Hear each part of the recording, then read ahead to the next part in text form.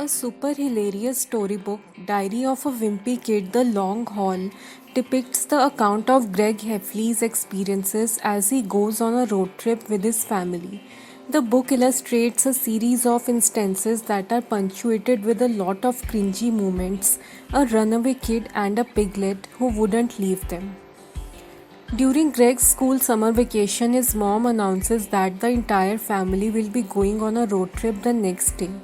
There is total 5 members in Greg's family, including his parents, his elder brother Roderick, and his younger brother Manny.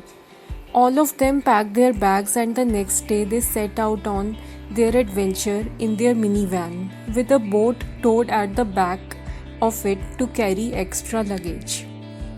They scoot to their backyard, clear the junk from the boat, shoo away the raccoons hiding inside, clean it up, and then tie it to the back of their minivan, bundling the rest of their luggage in it.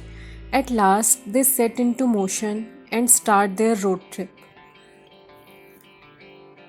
Greg, who sits at the back seat of the van, feels utterly bored without the aid of any entertainment, video games, gadgets, or electronics.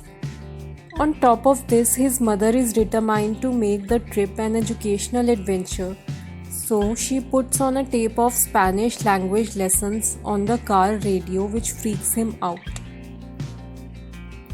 He wonders when they might get to stop at a restaurant to eat something tasty, but then their mom hands each one of them a paper package containing homemade meals she had prepared with healthy food items. So no restaurant for Greg either. They stop at a cheap motel to spend the night. The family has taken only one room in the motel, a room that is totally nasty. Both Greg and Roderick go berserk at this, so they leave the room to have a hot tub bath in the motel. When they reach the hot tub spot, they find a family of kids already squirming inside. They wait and wait some more, but the kids don't seem to be moving from there. Racking with frustration, they return to their room. Greg has another obstacle that prevents him from falling asleep. There is a nasty smell coming from somewhere.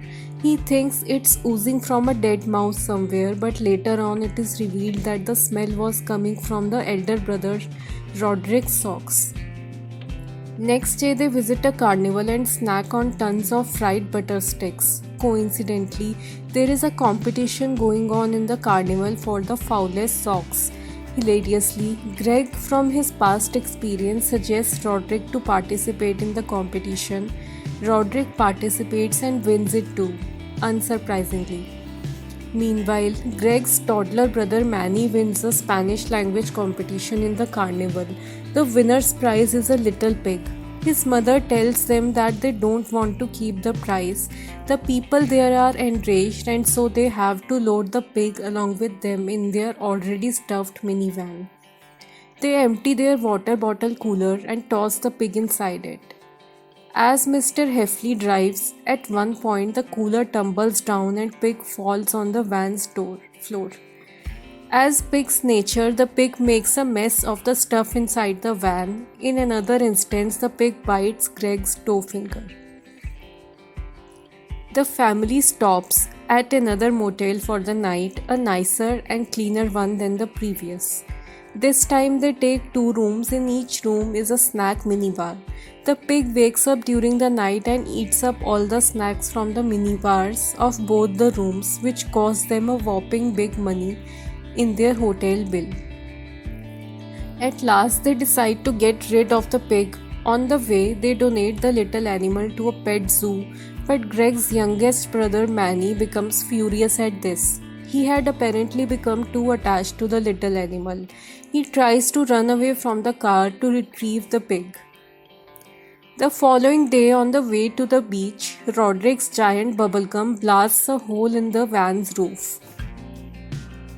In an instance, when Roderick is driving the car and their car is on the bridge, they spot a seagull outside. Greg tosses bits of a snack for the bird, but the bird flutters atop their car's roof and through the hole bursts inside. The situation becomes chaotic as the bird starts banging its wings in order to get out of the car.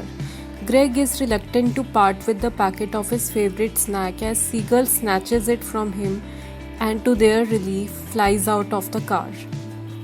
All this time, Roderick had pressed the gas pedal of the car by mistake. Their car runs out of gas, and a mechanic nearby tells them that it would take 4 to 5 hours to repair. Besides, they end up losing their mobile phones and credit cards in an adventure park they visit, where Greg loses the key of their locker. They don't have money to pay for the mechanic, so they ask for a lift from a car passing by. Miserably enough, the people in the car can only understand Spanish, and only the little Manny knows Spanish. So Manny communicates with them, and it seems they have agreed to their request. However, when they stop the car in front of the pet zoo, they understand what Manny had told them. As they return home, Greg describes his new life with the pig who bit him. He feels though this part of his life doesn't have a happy ending. Thank you.